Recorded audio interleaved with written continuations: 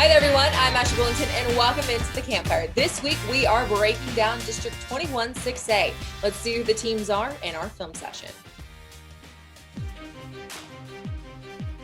21 6A has always been North Shore's district, and it will probably be again in 2021, but the gap may be closer this year.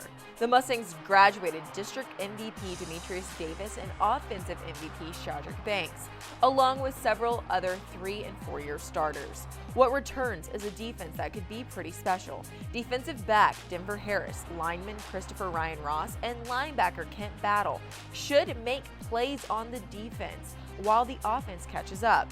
North Shore does not have an experienced quarterback to lean on, but Atascocita sure does.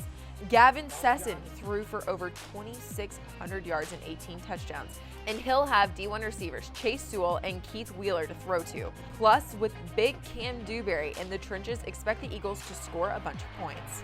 Others that could make a move in the district are C. King and Summer Creek. The Panthers return 2,000-yard rusher Gerald Wembley, and he'll have a strong line to block for him with Van Wells leading the way. Summer Creek has one of the area's best O-linemen, Kelvin Banks, and first-team All-District receiver Andrew Alexander to keep them in playoff contention. Humble returns 1,300-yard rusher Xavier Sidney to help new head coach Marcus Schultz try to get a win or two. Kingwood got a couple of wins at the end of the season and will look to linebacker Grant Mize to lead the way. Beaumont Westbrook should be in the playoff picture too, as a first-team All-District quarterback Bryce Anderson returns behind center.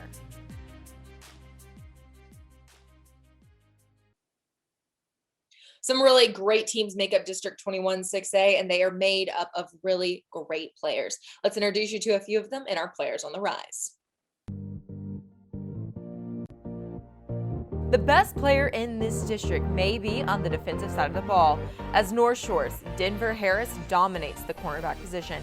Harris was a first-team All-District as a sophomore and last year won the Defensive Player of the Year in the district. He has his side of the field well protected, and because his size is such a problem for receivers, quarterbacks rarely throw his way. Harris has all the big schools looking at him. C.E. King returns 2,000-yard rusher Jarrell Wembley, and he's ready to put the district on notice. Wembley rushed for almost 2,200 yards and 18 touchdowns last year and is looking to match that this year. He's got tremendous vision and track speed, enabling him to take potentially short gains to the house. Wembley has offers from Columbia, Nevada, and Lamar, among others. The strength of this district may come from the offensive line and players like Cam Dewberry from Atascocita. He's big and he's nasty, which is what you are looking for in an offensive tackle. However, he also has the athleticism to move to the guard position as well. Dewberry is 6'4" and 310 pounds, making him a nearly impossible object to get around. He is being recruited hard by a ton of D1 teams, including Ohio State, Texas A&M, and Oklahoma. Staying on the offensive line, another monster in the district is Summer Creek's Kelvin Banks Jr. He's 6'5" and 300 pounds with terrific footwork, balance, and swiftness. Banks is an overpowering blocker, and when he pulls, some unsuspecting defensive back is gonna get hurt. Some really great players in District 21 6A, and they are led by great head coaches. Let's introduce you to one of them in our Media Day segment as we bring in the C.E. King head man, Derek Fitzhenry. All right, it's Media Day 21 6A. We're joined by C.E. King head coach Derek Fitzhenry. Coach, man, you got to talk a little bit about last year. You guys not only got into the playoffs in one of the toughest districts in the state, but you got yourself a playoff win for the first time since 2015. Talk about how that all came together and how you guys started gaining momentum throughout the season. Well, we felt like I had a good football team, and I think we did a good job. Our coaches, I'll say our assistant coaches, through the whole COVID period and all that stuff, and stopping and starting workouts. I feel like our coaches did a great job of getting us ready for those first few games. And we beat some really good football teams, beating South Falls and Ridge Point. Ridge Point had a great year this year too, great program. and that helped our kids see that, hey, we can be on this stage with these top contenders, and we got some good football players, and we were in our fourth year of the program, and feel like some of those things that you do with the program are starting to come together. Let's talk a little bit about this district. I mean, the North Shore kids that have been there for 4 years are finally graduated, at least on offense. They still got that. They still got a stellar defense. And from what you guys did last year, do you feel like the gap is getting a little closer, and that, I mean, not only a playoff spot, but we can challenge for a district title over there? Or what do you think about the district as a whole? North Shore has just got a phenomenal program, and they do a great job coaching. I want to say that too. So they're still going to be a top-level football team, and you're going to have to bring your A game. And until we do it, until we go out there and compete against them and make them play football, can't say we have. We can't say we are until we do it. Perfect. I appreciate you joining us. And for those of you guys wondering, Coach Fitzhenry's in the passenger seat. He's not driving all crazy and doing interviews while he drives. So I'm looking forward to the action this year, and should be back to normal. August 26th, we'll get started.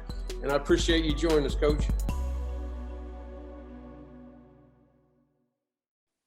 Coach Fitz, thank you so much for joining us here on the Campfire. You can catch the entire interview on Thursday on all of our social media channels. We have Facebook, Instagram, Twitter, and YouTube. Now we bring in the Inside High School Sports Insider, Matt Harris, for the District Breakdown. It's District Breakdown time. I'm joined by Matt Harris, our Inside High School Sports Insider. 21-6A, man, this is one of the most powerful districts in the state. Why don't you let us know what you think is going to happen this year? Oh, yeah, a lot of firepower top to bottom. North Shore, quite obviously, the top dog in this district, going back-to-back state champions in 2018 and 19 before falling in the state semifinals to Austin Westlake last year, even though North Shore was the presumed favorite.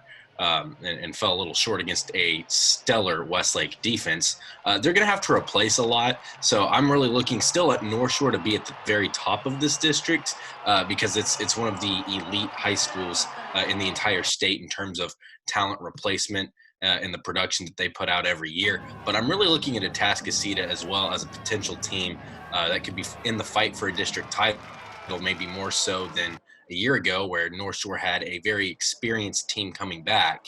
This year, it's Atascocita with the experienced team coming back, and I'm thinking it's going to be a battle between those two teams at the top of the district. Now, the rest of the district, you look at C.E. King, they lose Cameron Kinchin and two wide receivers who each made first team all-district. They return Jarrell Wembley at running back and two really good tight ends / H-backs at Eric Adams and Malachi Bowles. But C.E. King to compete at the same level they did last year, they're going to have to replace Kinchin, who was a fantastic quarterback for them. And then it's a little bit the opposite at Westbrook. Westbrook returns quarterback Bryce Anderson, and they figure to be maybe a little bit better next year, but they also lose some stuff maybe at the skill positions where teams like Atascocita and C.E. King return a little bit. You know what I feel? I feel like a lot of bobbleheads are going to be going to this district this year. I think so too.